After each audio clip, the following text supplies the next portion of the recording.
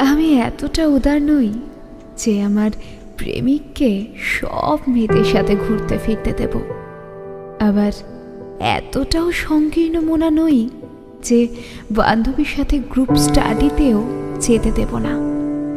আমি এতটাও সত্যবাদী নই যে দোস্ত এক প্লেট ফুচকা খাওয়া না বলা বন্ধুটাকে বলবো আমার মাসিক হাত খরচাটা শেষের দিকে। আবার এতটাও মিথ্যেবাদী নই যে বাবা টাকা দিতে পারছে না বলে ডিপার্টমেন্ট ট্যুরে যেতে পারছি না এটা বলতে লজ্জা পাবো। আমি এতটা ভদ্র নই যে কথা বলার ফাঁকে কোনো ছেলে আমায় ছোঁয়ার ছুঁতো খুঁজলে আমি চুপচাপ সহ্য করে যাব।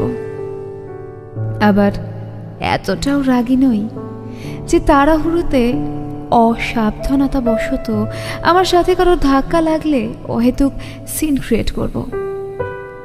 আমি এতটা সহনশীল নই যে কেউ আমার সাথে অন্যায় করলে তাকে ছেড়ে দেব।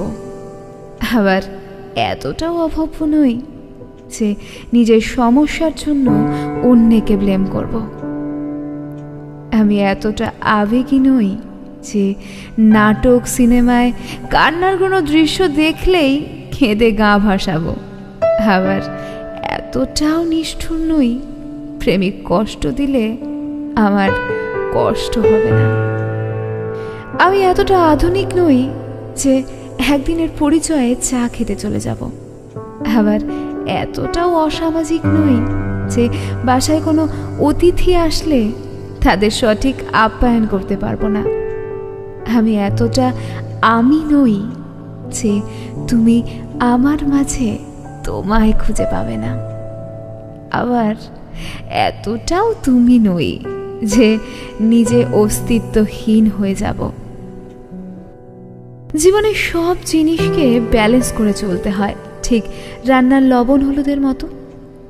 কোনোটার কম বেশি হলে যেমন রান্না সুস্বাদু হয় না, তেমন জীবনে কখন কাকে কিভাবে গুরুত্ব দেওয়া দরকার, কতটা ছাড় দেওয়া দরকার সেটা বুঝতে পারলে বেঁচে থাকাটা অনেক সহজ হয়ে যায়।